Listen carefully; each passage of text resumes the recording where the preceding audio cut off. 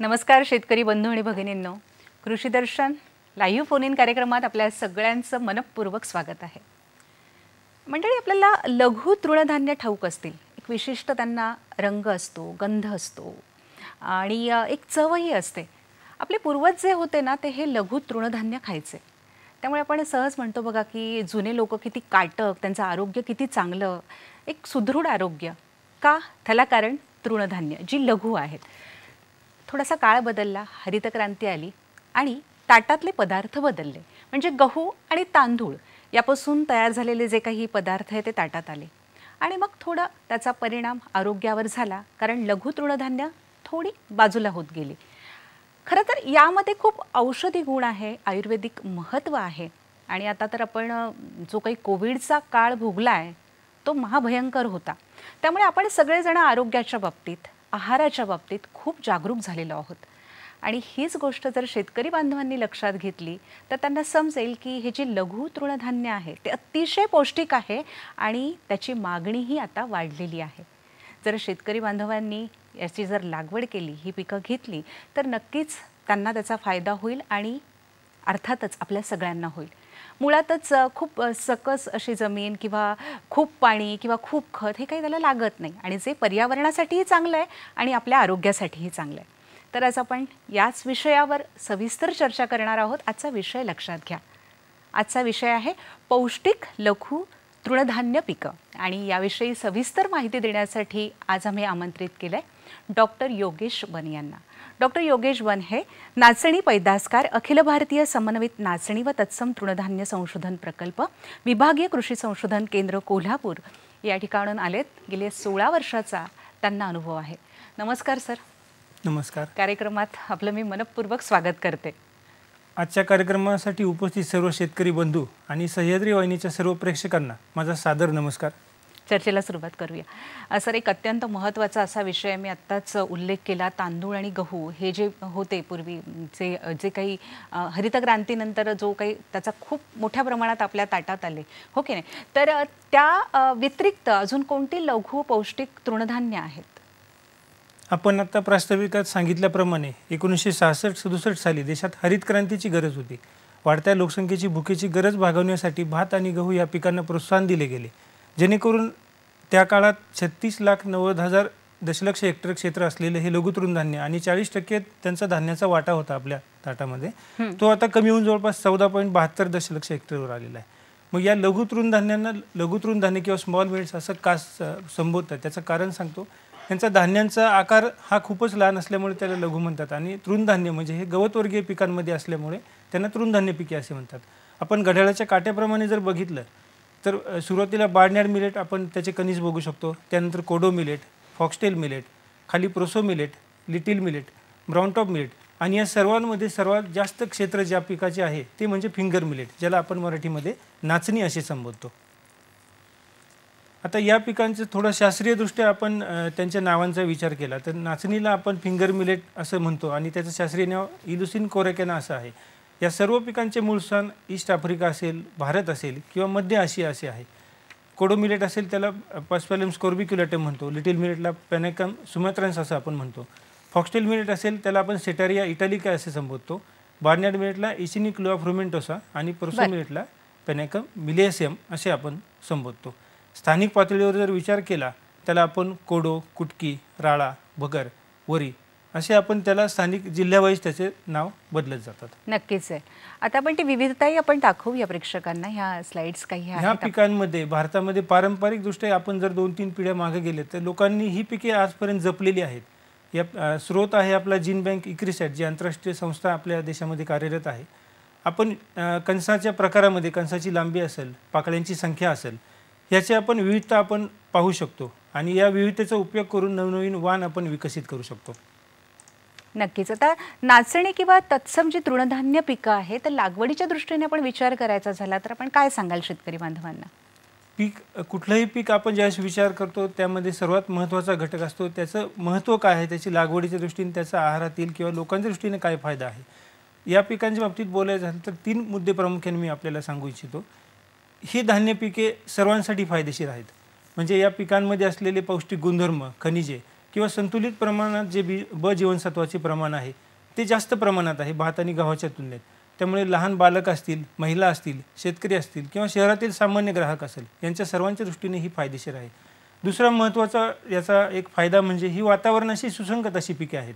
कमी पावसाच्या किंवा जिरायती भागामध्ये देखील याची लागवड केली जाऊ शकते. भाताचा जर विचार केला तर हेक्टरी जवळपास 1400 ते 1500 मिलीमीटर पाणी भाताच्या पूर्ण वाढीसाठी लागते आणि ह्या तृणधान्यांचा जर विचार केला तर 300 ते 400 मिलीमीटर पाण्यामध्ये याची वाढ पूर्ण होते. आता बदलत्या हवामानानुसार किंवा तापमानवाढीमध्ये कार्बन उत्सर्जन जे आपण म्हणतो जे केलं जातं पिकांतर्फे, तर ह्याचं प्रमाण देखील तिपटीने ह्या पिकांमध्ये कमी आहे. सर्वात महत्त्वाचा घटक पिकांच्या बाबतीत असेल तर शेतकरी. तर शेतकऱ्याच्या दृष्टीने यांचे काय फायदे आहेत, तर ही पिके जी आहेत ही कमी पक्वता कालावधी असणारी पिके आहेत. हलक्या वरकस जमिनीमध्ये या पिकांची उत्तम प्रकारे वाढ होते आणि आजपर्यंत आपण जर इतिहास पाहिले तर कमीत कमी निविष्ठेवर सुद्धा ही पिके आपली वाढ पूर्ण करतात आणि पाहिजे तेवढं शेतकऱ्यांना उत्पादन दिलं जातं. सुधारित तंत्रज्ञानाचा किंवा ह्याचा जर आपण वापर केला तर निश्चित या पिकांना चांगले भविष्यात महत्त्व प्राप्त होईल. बरं, आता ही जी आपण विविध जी पिकं सांगितली सर, आता पिके सांगितली, तर एकूणच भारतात आणि राज्यात याचा जर आपण विचार करायचा झाला तर लागवड साधारण कुठे केली जाते, क्षेत्रफळ किती आहे, उत्पादन आणि उत्पादकता कशी आहे, काय सांगाल?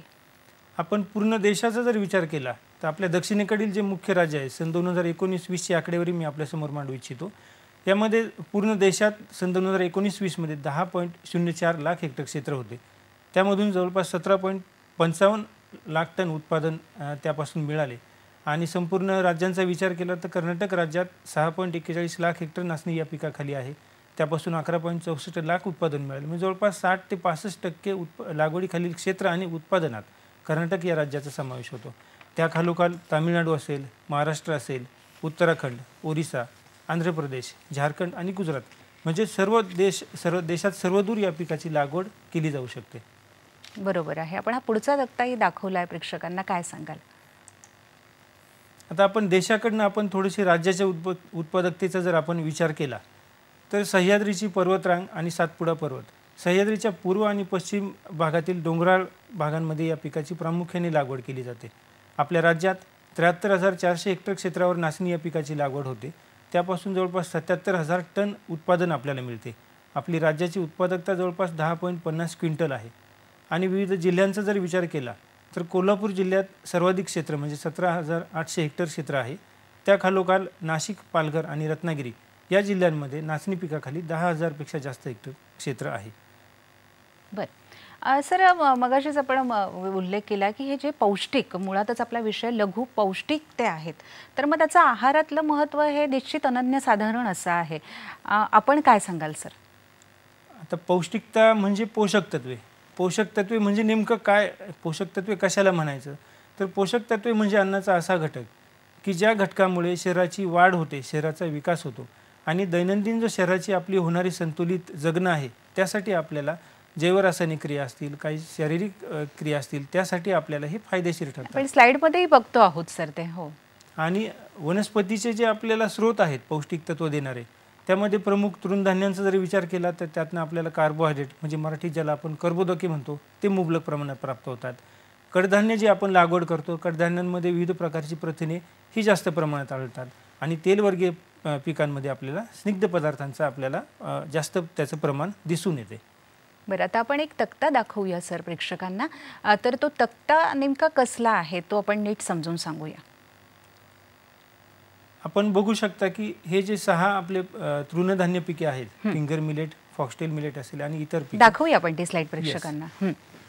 ह्याची आपण जर भात आणि गव्हाशी जर तुलना केली, या तक्त्यामध्ये आपण बघू शकता की प्रथिने असतील, स्निग्ध पदार्थ असतील, पिष्टमय पदार्थ, तंतुमय पदार्थ किंवा ऊर्जा असेल, याचा विचार केला तर नाचणीमध्ये जवळपास 11.2 मिलीग्रॅम जवळपास तंतुमय पदार्थ आहेत.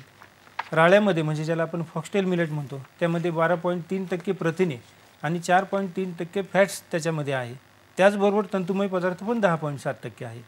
लिटिल मिलेट ज्याला आपण कुटकीस म्हणतो त्यामध्ये ऊर्जा सर्वात जास्त आहे, 346.3 किलो कॅलरी.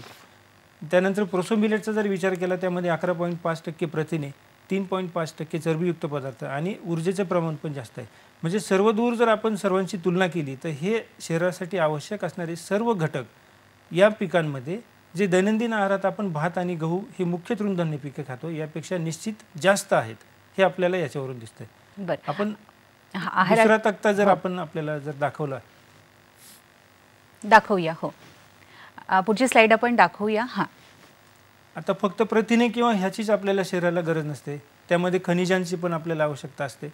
या तक्त्यामध्ये आपण कॅल्शियम असेल, लोह असेल, मॅग्नेशियम असेल किंवा विटॅमिन बी कॉम्प्लेक्स जे B1, B2, B3 आणि B9 यांचं एक तुलनात्मक तक्ता आपण इथे दिलेला आहे. नाचणी पिकाच्या बाबतीत जर बोलायचं झालं तर हे म्हणजे निसर्गाचं एक आपल्याला दिलेलं एक मोठं वरदान आहे, ज्यामध्ये कॅल्शियमचे प्रमाण 364 मिलीग्रॅम आहे.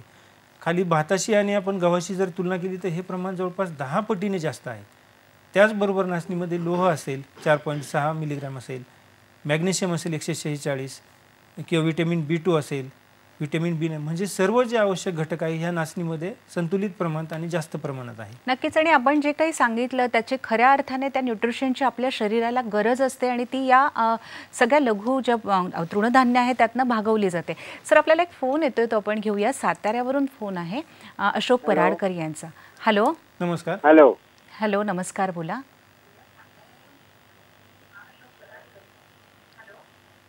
हॅलो. नाचण्याच्या सुधारित जाती न जुळणाऱ्या जाती कोणत्या आहेत? हां, पुढील जसं माझं प्रेझेंटेशन किंवा आपली ही मुलाखत चालू राहील, पुढे आपण सुधारित जाती आणि सर्वांची माहिती पुढे आपण दिलेली आहे. पुढच्या स्लाइडमध्ये ते आपल्याला थोडक्यात सांगायला हरकत नाहीये. हां, नाचणी या पिकाच्या आपण राहुरी कृषी विद्यापीठामार्फत फुले नाचणी आणि फुले कासरी या 2 जाती विकसित केलेल्या आहे. त्याबरोबर दापोली कृषी विद्यापीठांतर्गत दापोली 3 आणि दापोली सफेद ह्या जाती विकसित केलेल्या आहेत. हां, तर तुमच्या प्रश्नाचं सविस्तर उत्तर आपण देणारच आहोत. कार्यक्रम आपण पूर्ण बघा, पण या ठिकाणी घेऊया एक छोटीशी विश्रांती.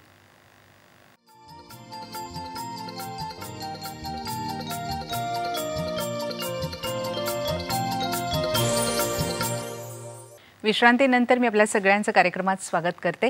पौष्टिक लघु तृणधान्य पिकं हे आहे आपल्या आजच्या कार्यक्रमाचा विषय आणि आज आपल्याला याविषयी आपण सविस्तर बोलतो डॉक्टर योगेश बन यांच्याशी. आपण ब्रेकपूर्वी एक चर्चा करत होतो की आहारात याचं किती महत्त्व आहे, जे काही लघु तृणधान्य आहे. तर काय सांगाल सर? आपण बघितलं की ह्या तृणधान्य पिकांमध्ये पौष्टिक गुणधर्म भरपूर आहे, पण त्याचा आहाराच्या दृष्टीने कसा उपयोग होऊ शकतो? तर सर्वात महत्त्वाचा घटक मानवी आहाराचा असेल तर तो म्हणजे पचन. इंग्रजीमध्ये म्हटलं जाते की all diseases starts at your guts, म्हणजे तुमच्या पोटामध्ये सगळे विकार तयार होतात. बरोबर. मग पचन म्हणजे ही काय अशी प्रोसेस आहे? तर विविध खाल्लेल्या अन्नपदार्थांचे पोटामध्ये एकत्रीकरण करून त्याचे पौष्टिक घटकांमध्ये रूपांतर केले जाते आणि त्याचा वापर पुढे शरीराच्या वाढीसाठी केला जातो. आता मगाशी सांगितल्याप्रमाणे तंतुमय पदार्थ यामध्ये नाचणीमध्ये जास्त आहे. मग याचा काय उपयोग होतो? तर यामुळे पचनक्रिया सावकाश होते, मग आपल्याला वारंवार भूक लागत नाही. दुसरी गोष्ट काय, यामुळे लठ्ठपणा कमी होतो आपला. नंतर पचनाशी निगडीत ज्या काही विकार असतील, बद्धकोष्ठता असेल, पोटदुखी असेल, पित्त असेल, बदलत्या जीवनशैलीमुळे आणि फार वेगाने जग बदलत आहे, त्यामुळे लोकांचं जेवणाकडे किंवा जेवणाच्या वेळांकडे लक्ष नाही, त्यामुळे हे पोटाशी निगडीत विकार जे वाढतात ह्या तृणधान्य पिकांचा आपल्या आहारात समावेश जर केला तर निश्चित हे कमी होण्यासाठी उपयोगशील राहील. नंतर दुसरा महत्त्वाचा फायदा म्हणजे उच्च पोषण मूल्य असल्यामुळे शरीरातील अशक्तपणा कमी होण्यास त्याची मदत होते. सर्वात महत्त्वाचं सांगायचं झालं तर आपल्याला भारताला जगाच्या दृष्टीने आपण मधुमेहाची राजधानी म्हटलं जातं किंवा सर्वात जास्त जे पेशंट्स आहेत ते आपल्या भारतात आढळतात. मग रक्तातील ग्लुकोजची पातळी नियंत्रित करणे किंवा ग्लुकोजचं कन्व्हर्जन थांबवणे हे आपल्याला ह्या तृणधान्यांच्या सेवनामुळे कमी होतं. शरीरातील ॲसिडिटी म्हणजे आम्लता कमी होते आणि सर्वात शेवटचा महत्त्वाचा फायदा म्हणजे मगाशी सांगितल्याप्रमाणे कॅल्शियमचे प्रमाण जे जास्त आहे किंवा लोह असेल, मग लहान मुले असतील, गर्भवती महिला असतील, यांनी जर दैनंदिन आहारात या धान्याचा समावेश केला तर निश्चित त्यांच्या आरोग्याच्या दृष्टीने त्यांना फायदेशीर असेल. नक्कीच. आणि कसं आहे ना की जसं आपल्या पोटाला अन्न लागतं तसं आपल्या प्रत्येक ऑर्गनला काहीतरी याची कॅल्शियमची म्हणा, मॅग्नेशियमची म्हणा किंवा इतर जे काही पोषक घटक आहे त्यांची गरज असते आणि ती आपण ही या सगळ्या लघु तृणधान्यातनं पूर्ण करू शकतो, नाही का सर? म्हणजे एकूणच ते पौष्टिक आहे हे तर सिद्ध झालेलं आहे, पण याची नेमकी सुरुवात जर सांगायची झाली तर कधी झाली, कशी झाली, काय सांगाल याविषयी? आजही आपण बघताल की ही पारंपरिक धान्य पिके आहेत. म्हणजे 2-3 पिढ्या मागं गेलं तर आपल्याला दिसत येईल की लोकांनी आहारातील त्याचं सेवन सोडलेलं नाही आपल्या 2-3 पिढ्या मागं. मग हे झालं आपल्या लोकांच्या भावनेतून, पण शासकीय दृष्ट्या किंवा केंद्र सरकार शासन स्तरावर याच्यात काय असा त्यांनी बदल केला तर आपण स्लाईडमध्ये बघू शकतो की 10 एप्रिल 2018 साली केंद्र सरकारने ह्या तृणधान्य पिकांना एक राजपत्र प्रसिद्ध केलं आणि त्यामध्ये ज्वारी, बाजरी आणि ही 6 तृणधान्य पिके यांचं उत्पादन असेल, यांचं सेवन म्हणजे कन्झम्पशन असेल किंवा यांचा व्यापार असेल, ह्या दृष्टीने यांना एक टर्मिनॉलॉजी दिली, ती म्हणजे न्यूट्रिसिरियल्स म्हणजे पौष्टिक तृण. म्हणजे अधिकृतपणे यांना आपण कायदेशीरपणे न्यूट्रिसिरियल्स असं संबोधायला सुरुवात झाली. बरोबर आहे. आणि याविषयी काय सांगाल आपण? ही स्लाइड दाखवूया प्रेक्षकांना. Yes madam. मग शासनाने फक्त ते तृणधान्य त्याचं वर्गीकरण करून थांबलंय का? नाही. तर ह्याची सुरुवात 2012 साली झाली. म्हणजे पौष्टिक सुरक्षेसाठी भरड धान्य पिकांचा प्रसार करण्यास सुरुवात झाली. 2013 मध्ये राष्ट्रीय अन्न सुरक्षा कायद्यामध्ये भरड धान्य पिकांचा समावेश करण्यात आला. लगोलग 2017 मध्ये नीती आयोगाने शिफारस केलेल्या राष्ट्रीय पोषण धोरणामध्ये या पिकांचा समावेश आणि उत्पादकता वाढीच्या कार्यक्रमात कृषी विभाग, कृषी संशोधन संस्था यांनी धडाडीने यामागे काम सुरू केले. याचाच परिपाक म्हणजे 2018 साली ज्यावेळेस आपण गॅझेट केलं की न्यूट्रिसिरियल्स आहेत, त्याच वर्षी केंद्र सरकारने 2018 हे वर्ष राष्ट्रीय भरड धान्य वर्ष म्हणून साजरे केले. त्यामध्ये राष्ट्रीय अन्न सुरक्षा अभियान असेल किंवा गाव पातळीवर, जिल्हा पातळीवर मोठे कार्यक्रम राबविण्यात आले. बरं, एवढ्यावरच हे थांबलेलं नाही मॅडम. 2018 साली आपण संयुक्त राष्ट्रसभेमध्ये एक ठराव ठेवला की येणारं 2023 हे वर्ष ते आंतरराष्ट्रीय तृणधान्य किंवा आंतरराष्ट्रीय भरड धान्य वर्ष म्हणून साजरे केले जावे. मला सांगायला आनंद होतोय की मार्च 2021 म्हणजे गेल्या 4-5 महिन्यापूर्वीच जवळपास 70 देशांनी याला मान्यता दिली, याला आपला पाठिंबा दिला आणि येणारं 2023 हे वर्ष हे संपूर्ण जगात आंतरराष्ट्रीय भरड धान्य वर्ष म्हणून साजरे केले जाईल. बरं सर, आता हे जर प्रचार आणि प्रसार हा एक महत्त्वाचा मुद्दा आहे, कारण की बरेच लोक त्याकडे दुर्लक्ष करतात. तर त्यामध्ये महत्त्वाचे घटक जर सांगायचे झाले आपल्याला तर ते कोणते सांगाल आपण? कुठल्याही पिकाच्या बाबतीत एक शेतकरी त्याचा उत्पादक आणि एंडला असतो त्याचा ग्राहक. पण या पिकांच्या बाबतीत आपण बघितलं त्यांचे पौष्टिक गुणधर्म आहेत. मग त्याचं युटिलायझेशन सर्व स्तरावरील लोकांना होण्यासाठी आपण स्लाइडमध्ये बघू शकता एकूण 11 घटक मी दाखवलेले आहेत. यामध्ये शेतकरी उत्पादक असेल, शेतकरी उत्पादक कंपनी असतील म्हणजे फार्मर प्रोड्युसर ऑर्गनायझेशन असतील, विविध खरेदीदार असतील, कृषी विभाग की जो एक भक्कम आपली यंत्रणा आहे, गाव पातळीवर सर्व पिकांच्या बाबतीत अद्ययावत तंत्रज्ञान विद्यापीठांनी विकसित केलेलं ती राबवली जाते.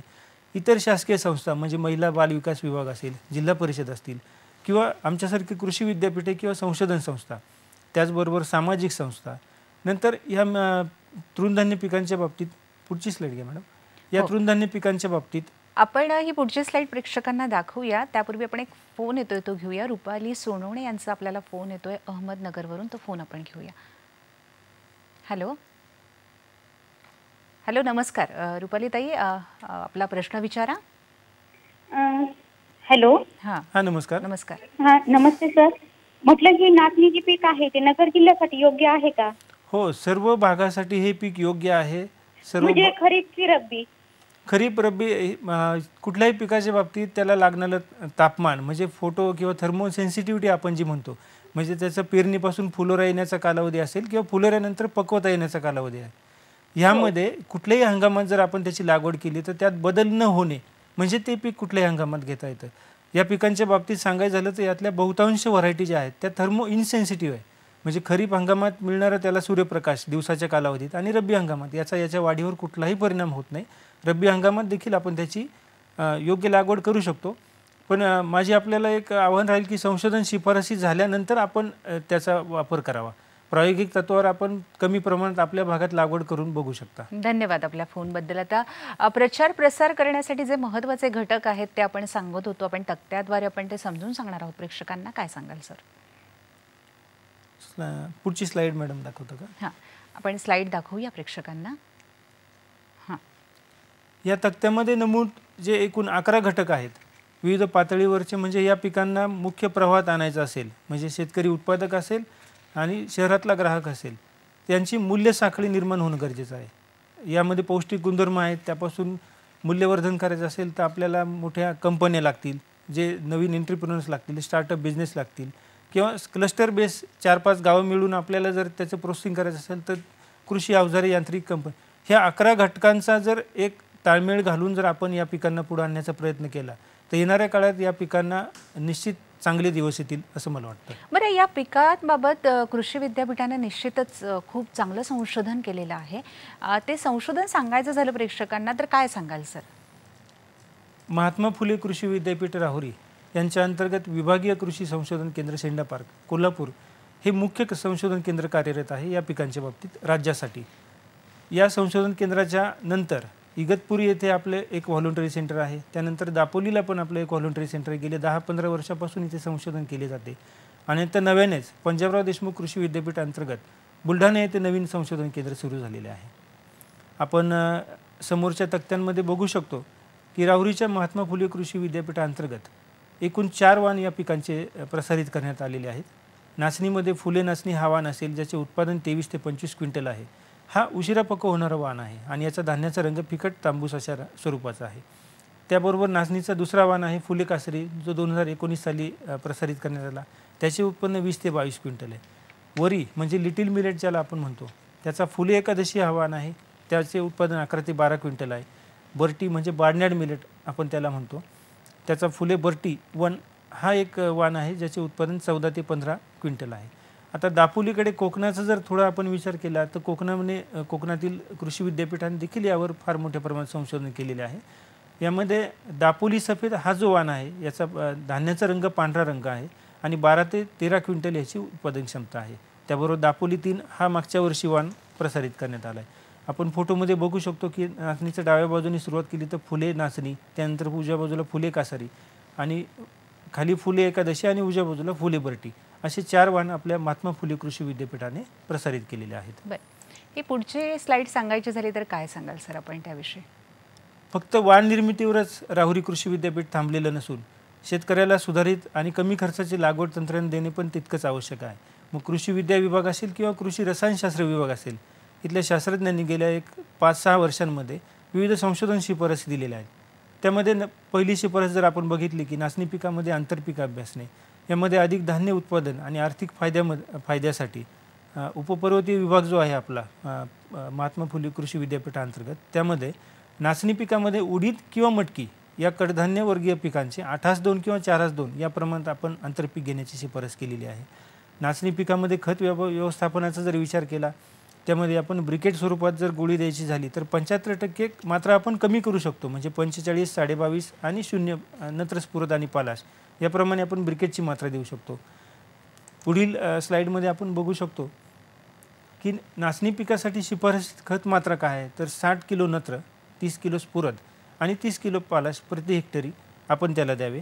त्याचबरोबर जीवाणू खताची जी बीज प्रक्रिया आहे 25 ग्रॅम प्रति किलो म्हणजे आझोस्पिरिलम असेल किंवा ॲस्परजिलस असेल, हे नत्र आणि स्फुरद स्थिरीकरणासाठी महत्त्वाचे आहे. फक्त नाचणी पिकावरच आपण थांबलेलो नाही, त्यामध्ये वरई पिकामध्ये पण आंतरपीक म्हणून आपण कारळा म्हणजे नायजर ज्याला आपण म्हणतो, कायझोशी ॲप्सेनिका, एक तेलवर्गीय पीक आहे, आदिवासी भागातील एक महत्त्वाचे पीक आहे, त्याचा पण आपण 4-1 या प्रमाणात आंतरपीक म्हणून समावेश करू शकतो. सर, आणि आपल्याला जर लागवड तंत्रज्ञान जे आहे त्याची जर आपल्याला शेतकऱ्यांना सविस्तर माहिती द्यायची झाली तर आपण ती कशी द्याल? नेमकं ते तंत्रज्ञान काय आहे, कसं आहे? शेतकऱ्यांच्या दृष्टीने नुसते वाण विकसित करून आपण तेवढ्यावर थांबलो नाही, तर पेरणीपासून काढणीपर्यंत हे लागवड तंत्रज्ञान कसं असावं, तर सुरुवातीचे सगळ्यात महत्त्वाचा घटक येतो एक सुधारित वाणांचे बियाणे. हेक्टरी जवळपास 8 ते 10 किलोग्रॅम जर आपण बियाणे घेतलं तर पूर्ण हेक्टर क्षेत्राला ते पुरेसं होतं. आत्ता सांगितल्याप्रमाणे त्याला 25 ग्रॅम प्रति किलो याप्रमाणे जीवाणू खताची बीज प्रक्रिया करावी आणि बुरशीजन्य रोगांच्या नियंत्रणासाठी प्रचलित बुरशीनाशके म्हणजे कार्बेंडेजिम असेल ते 2 ते 2.5 ग्रॅम प्रति किलो याप्रमाणे जर आपण बीज प्रक्रिया केली तर आपल्याला कुठलाही रोगाचा नर्सरीमध्ये त्याचा प्रादुर्भाव होत नाही. या पिकांचा मुख्य कालावधी गेल्या आपण पारंपरिक पद्धतीने विचार केला तर खरीप हा हंगाम आहे. जून आणि जुलैचा जर आपण पहिला दुसरा पंधरवडा विचार केला, ज्या शेतकऱ्यांकडे पाण्याच्या सोयीसुविधा उपलब्ध आहे त्यांनी जून महिन्यातच त्याची पेरणी करावी आणि ज्यांच्याकडे पावसावरच पूर्ण शेती अवलंबून आहे त्यांनी निश्चित स्वरूपात जमिनीत ओलावा राहील त्या काळात त्याची पेरणी करावी. रोपांची पुनर्लागण ही एक मुख्य पद्धत आहे, ज्यामध्ये 20 ते 25 दिवसांची रोपे ओळीमध्ये पुनर्लागण केली जातात. सगळ्यात महत्त्वाचा घटक म्हणजे लागवडीचं अंतर. 2 ओळीतील अंतर 30 सेंटीमीटर राहील आणि 2 रोपातील अंतर 10 सेंटीमीटर राहील, म्हणजे जवळपास 3.33 लाख झाडांची संख्या असावी. बरं, हे का गरजेचं आहे? जर आपण लागवडीमध्ये 2 झाडांमध्ये अंतर ठेवलं तर निश्चित त्याला फुटव्यांची संख्या जास्त येईल आणि परिणामी येणारे कणसांची संख्या पण जास्त असेल आणि येणारं उत्पादन आपल्याला जास्त मिळेल. नक्कीच. आपल्याला एक फोन येतोय, आपण तो फोन घेऊया. विनया परब यांचा विरार येथून फोन येतोय. हॅलो, नमस्कार विनयाताई, आपला प्रश्न विचारा. मला विचारायचं आहे की नाचणीचं भरघोस उत्पादन घेण्यासाठी कोणत्या ऋतूमध्ये लागवड करावी? धन्यवाद, प्रश्न कळला. काय सांगाल? चांगला प्रश्न आहे मॅडम. नाचणीचा पूर्वपरंपरागत जो सीझन आहे किंवा जो हंगाम आहे तो खरीप हंगाम आहे. खरीप हंगामात जर त्याची लागवड केली तर निश्चित फायदेशीर ठरते. पण गेल्या 2-3 वर्षापासून कोल्हापूर जिल्ह्यात आणि नगर जिल्ह्यात उन्हाळी नाचणी लागवड हा एक नवीन प्रायोगिक स्तरावर आम्ही सुरू केलेला आहे आणि शेतकऱ्यांच्या अनुभवानुसार 1 ते 1.5% जास्त त्याचे उत्पादन मिळते आहे. भविष्य आपण पुढे जसं प्रेझेंटेशन पुढे जाईल त्याबद्दल सविस्तर मी सांगेल. मगाशी लागवड तंत्रज्ञानाबद्दल ज्यावेळेस बोलत होतो, जमिनीत रोप लागण करताना त्यामध्ये ओलावा असावा किंवा ओळीमध्ये त्याची लागण करावी, हे महत्त्वाचे मुद्दे जे आहेत ते शेतकऱ्यांनी लक्षात घ्यावे. बरं, आता एक महत्त्वाचं रोग नियंत्रण हाही एक मुद्दा आहे सर. आपण ती स्लाईड दाखवूया प्रेक्षकांना. रोग नियंत्रण नेमकं कसं करायचं? पहिल्यांदा प्रास्ताविकामध्ये सांगितल्याप्रमाणे 40 लाख जो दशलक्ष हेक्टर क्षेत्र एरिया जो होता तो कमी झाला आहे, तरीसुद्धा ही पिके तग धरून आहे. त्याचं महत्त्वाचं कारण म्हणजे ही पिके जी आहेत ही रोग आणि किडींना कमी प्रमाणात बळी पडतात. पण रोगाचा जर विचार केला तर ब्लास्ट हा जो रोग आहे हा म्हणजे करपा रोग हा फार महत्त्वाचा रोग आहे. हा सुरुवातीला नर्सरीच्या काळात पानावर आपण बघू शकता एक सिल्वर कलरचे त्यावर ठिपके पडतात आणि आर्थिक उत्पन्न ज्यावेळेस म्हणजे दाणे भरण्याच्या अवस्थेनंतर कणसावर हा रोग आढळतो. ह्या रोगाचे नियंत्रण करणे फार गरजेचे आहे, नाहीतर जवळपास 30 ते 35% उत्पन्नात आपल्याला कमतरता येऊ शकते. बरं, आपण रोग नियंत्रणाचा एक तक्ता आपण समजून सांगूया प्रेक्षकांना, तो दाखवूया.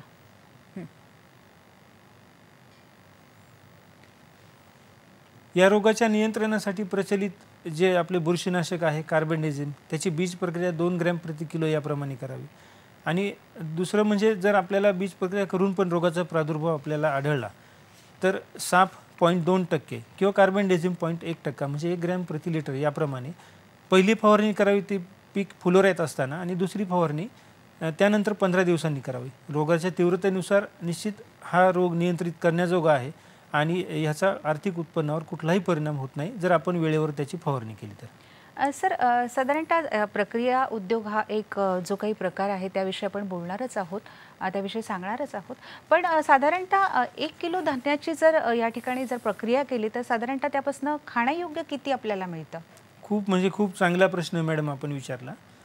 ह्या सर्व तृणधान्यांच्या बाबतीत मला एक सांगावंसं वाटतं की या ज्वारी, बाजरी असेल, गहू असेल यांची काढणी आणि मळणी केल्यानंतर आपल्याला जे धान्य मिळतं ते एकदम स्वच्छ स्वरूपात मिळतं. पण या तृणधान्यांमध्ये जवळपास त्यांच्या दाण्याभोवती एक बऱ्याच प्रकारचे आवरण असतात आणि ते आवरण जर आपण काढले नाही तर त्याचा पुढं खाण्यासाठी आपल्याला वापर केला जाता येत नाही. मग नाचणीमध्ये जर विचार केला आपण त्याचं प्रायमरी प्रोसेसिंग केले तर त्यामध्ये जवळपास 10% घट येते. इतर मिलेट असतील प्रोसो मिलेट त्यामध्ये 20% आणि कोडो मिलेटमध्ये जवळपास 40% घट येते. पण हे करणं गरजेचं आहे.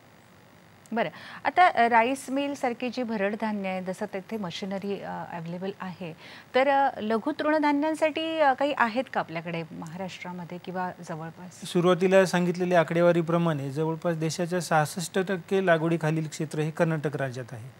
मग जिथे त्याची लागवड होते तिथे त्या प्रकारच्या गरजा निर्माण होतात. आपल्या राज्यामध्ये जरी त्याचे क्षेत्र 77,000 हेक्टर असेल पण या बाबतीत सर्व प्रकारच्या मशिनरी प्रायमरी प्रोसेसिंग असेल, सेकंडरी या उपलब्ध आहेत. परंतु या कर्नाटक असेल, तामिळनाडू असेल या राज्यांमध्ये उपलब्ध नाही आणि निश्चित आपल्याकडे जशी आपली मागणी वाढेल आपण तिथनं त्याचा वापर करू शकतो. म्हणजे मिलिंग मशीनच्या बाबतीत आपल्या सरकारच्या काही योजना आहेत का सर? येस, हा फारच चांगला प्रश्न विचारला आहे.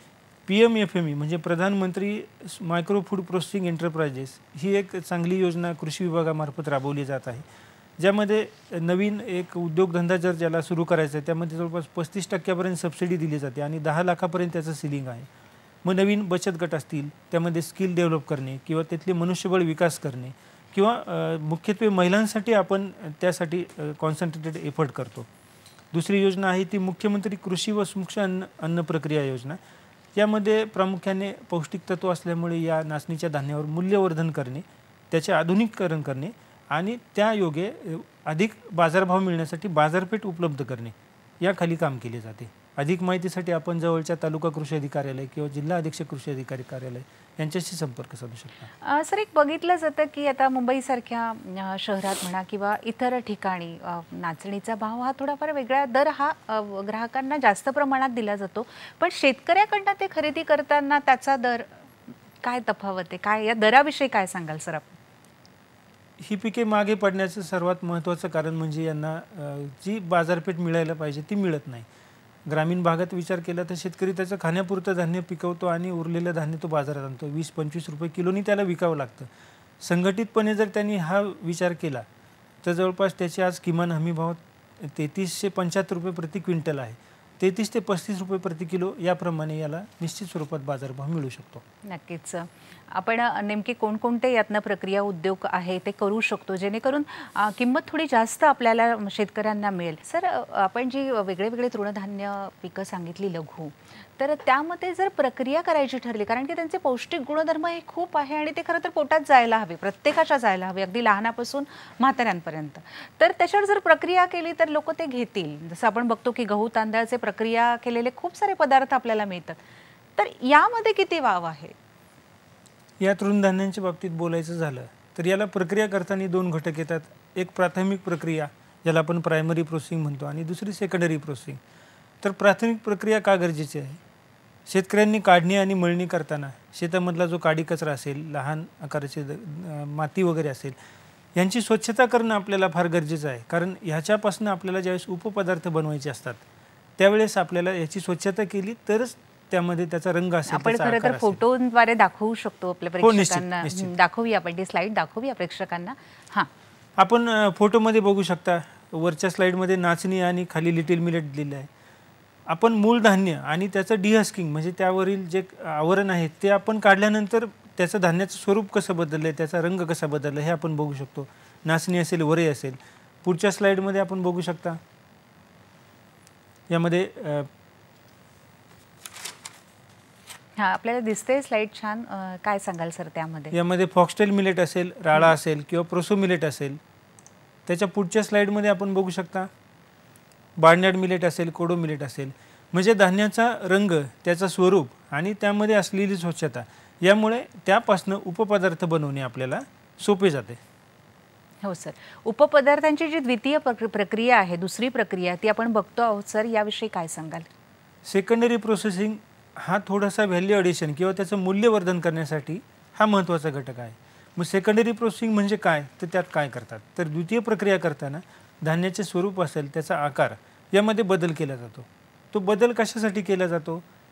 धान्याचे जे पदार्थ बनतात त्याचे 2 प्रकार, एक लगेच खाण्यायोग्य आणि लगेच शिजवण्यायोग्य म्हणजे रेडी टू ईट आणि रेडी टू कुक, अशा प्रकारात त्याचं वर्गीकरण केलं जातं. मग आता आपण स्लाइडमध्ये बघू शकता की द्वितीय प्रक्रिया ज्या आहेत त्या प्रोसेस आपण डाव्या बाजूला दिल्यात आणि जो होणारा फायदेशीर बदल आहे तो उजव्या बाजूला दिला आहे. त्यामध्ये आपण बघू शकतो की मिलिंग केलं, त्याचं रोस्टिंग केलं किंवा त्यात आपण पाण्यात भिजवलं किंवा माल्टिंग केलं म्हणजे फर्मेंटेशन केलं. त्यातनं काय होतं की जे अँटी न्यूट्रिशनल फॅक्टर असतात की म्हणजे जे अपौष्टिक घटक आहे परंतु जे आपल्याला खाण्यायोग्य नाहीत म्हणजे फायटिक असेल, टॅनिन असेल, ह्याची मात्रा कमी होते. त्यानंतर आपण पॉपिंग केलं, त्यामध्ये प्रथिने असतील किंवा कर्बोदके असतील, ह्याची पचनक्षमता वाढते. दुसरं असेल की आपण तापवण्यापूर्वी त्याला जर सोकिंग केलं, त्यामध्ये फायटेज असेल किंवा झिंकची जी आपण म्हणतो त्याची अवेलेबिलिटी असेल ती वाढते.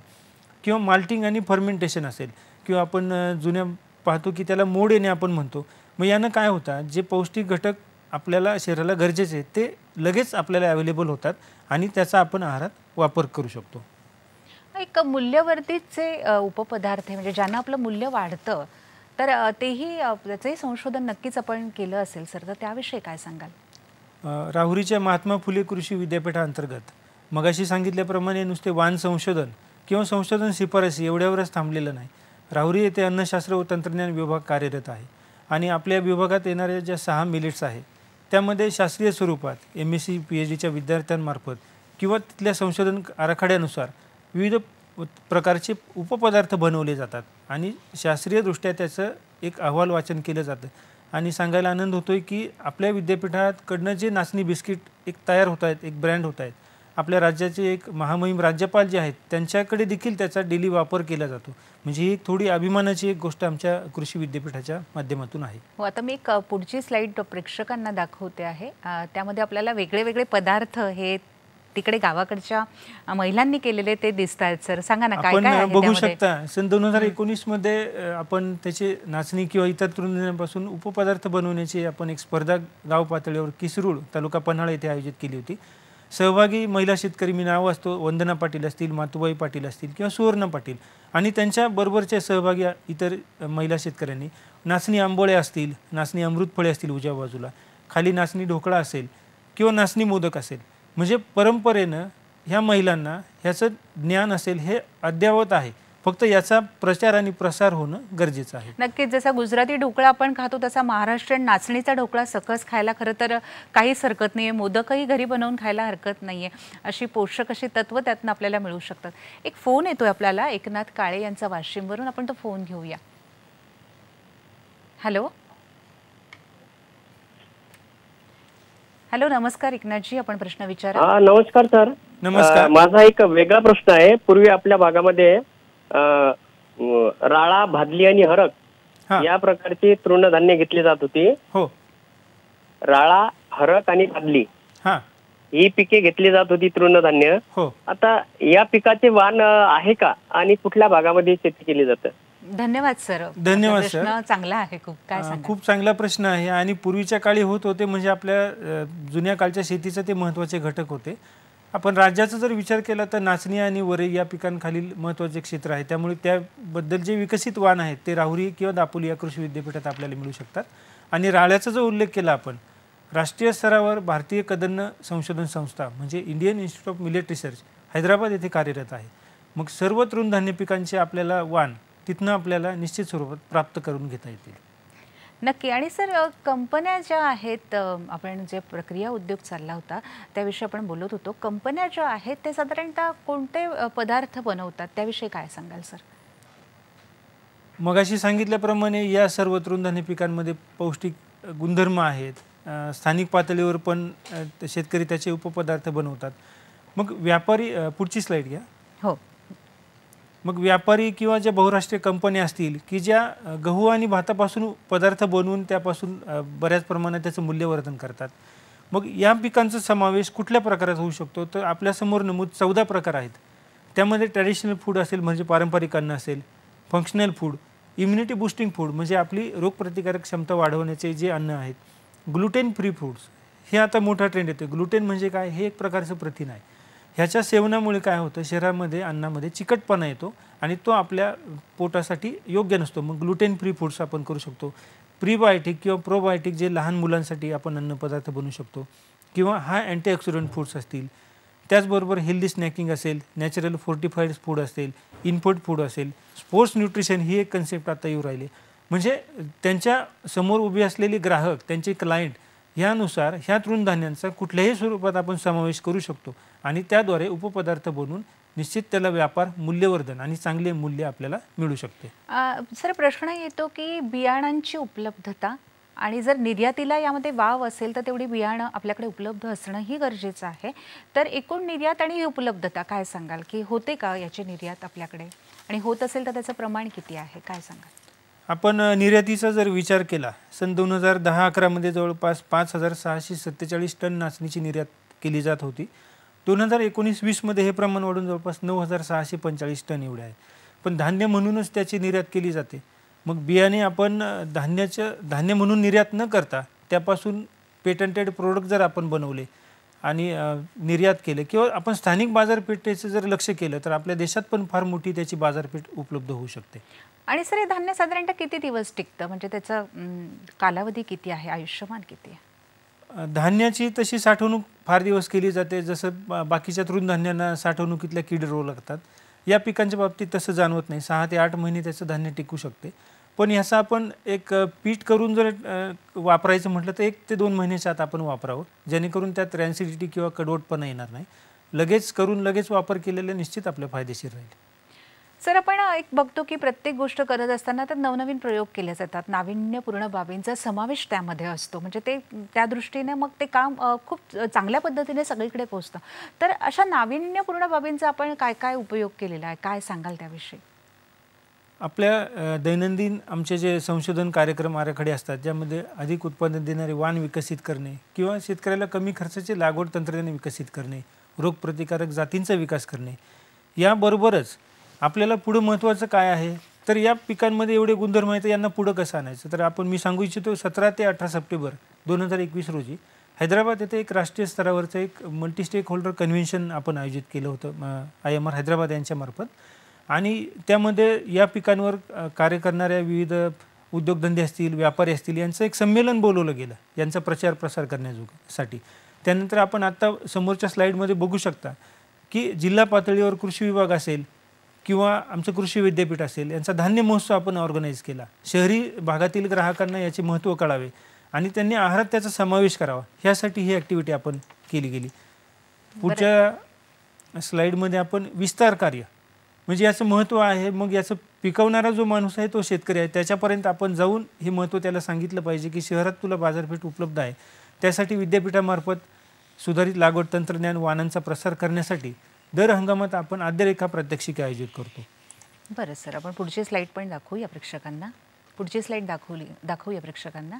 त्यातनं लक्षात येईल नेमकी वाटचाल कशी चालली. इथे आपण बघू शकतो की राहुरी कृषी विद्यापीठांतर्गत विभागीय विस्तार केंद्र धुळे किंवा कृषी विज्ञान केंद्र नंदुरबार यांच्या सहकार्याने मागील हंगामात आम्ही नाचणी, वरी या पिकांचा नंदुरबार जिल्ह्यातील आदिवासी भागांमध्ये तिथल्या शेतकऱ्यांसाठी सुधारित वाणांचा प्रचार प्रसार केला. कुपोषण ही एक मुख्य समस्या आहे आणि ज्या भागामध्ये ही पिके चांगल्या प्रकारे येऊ शकतात त्या भागामध्ये आपलं सुधारित तंत्रज्ञान प्रसार करणं या कामानुसार याला चांगला प्रतिसाद दिसतो. आपण समोर बघू शकता की इगतपुरी येथील आमच्या संशोधन केंद्रामार्फत देखील याचा प्रचार आणि प्रसार सह्याद्रीच्या डोंगराळ भागात मोठ्या प्रमाणावर केला जातो. नक्कीच पुढची स्लाईड पण आपण दाखवूया प्रेक्षकांना. ही कसली आहे सर? मगाशी आपण जो प्रश्न विचारला की नाविन्यपूर्ण बाब काय, आणि आपल्याला एक आलेला प्रश्न होता की उन्हाळी नाचणी लागवड. सन 2018 मध्ये कोल्हापूर जिल्ह्यात एक पथदर्शी कार्यक्रम राबवण्यात आला ज्यामध्ये कृषी विभाग आणि आपल्या कृषी विद्यापीठाच्या सुधारित वाण ह्याचं खरीप हंगामात जे तंत्रज्ञान आपण शिफारस केलं ते उन्हाळी हंगामात त्यांनी वापरलं. डिसेंबर महिन्यात नाचणीची पेरणी करून जानेवारीच्या पहिल्या 15 रोप लागण केली आणि आपण समोर फोटोमध्ये बघू शकता की एप्रिल महिन्यात नाचणीची झालेली वाढ जवळपास छाती एवढी नाचणी उंच वाढलेली आहे. म्हणजे नाचणीची आपण खरीप हंगामाशीच न राहता जी भात काचरं खरीप हंगामात नाचणीसाठी एक स्पर्धात्मक ठरतात ती उन्हाळ्यात मोकळी असतात, तिथे नाचणीसाठी क्षेत्र वाढू शकतं.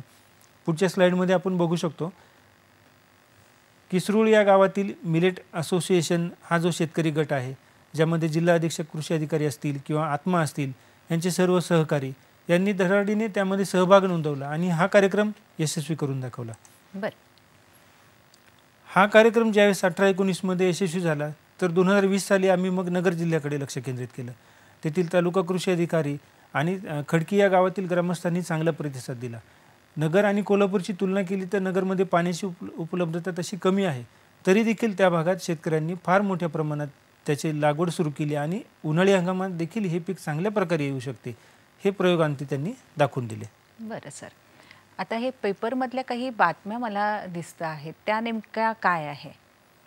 कुठल्याही तंत्रज्ञानाचा प्रचार आणि प्रसार करायचं झालं तर आपल्याला आलेले यश आपल्याला सामान्य लोकांपर्यंत पोहोचवायचं असेल तर आपण त्याचा विस्तार आमच्या प्रसारण केंद्र जे आहे राहुरीचं यांच्यामार्फत करतो आणि त्यानुसार आमचे जे आलेले प्रयोग आहेत त्याचे निष्कर्ष आम्ही लोकांपुढे मांडले आणि येणाऱ्या काळात हा जे उन्हाळी नाचणीचा प्रयोग आहे हा नाचणी पिकवणाऱ्या भागामध्ये वाढवण्याचा आमचा मानस आहे.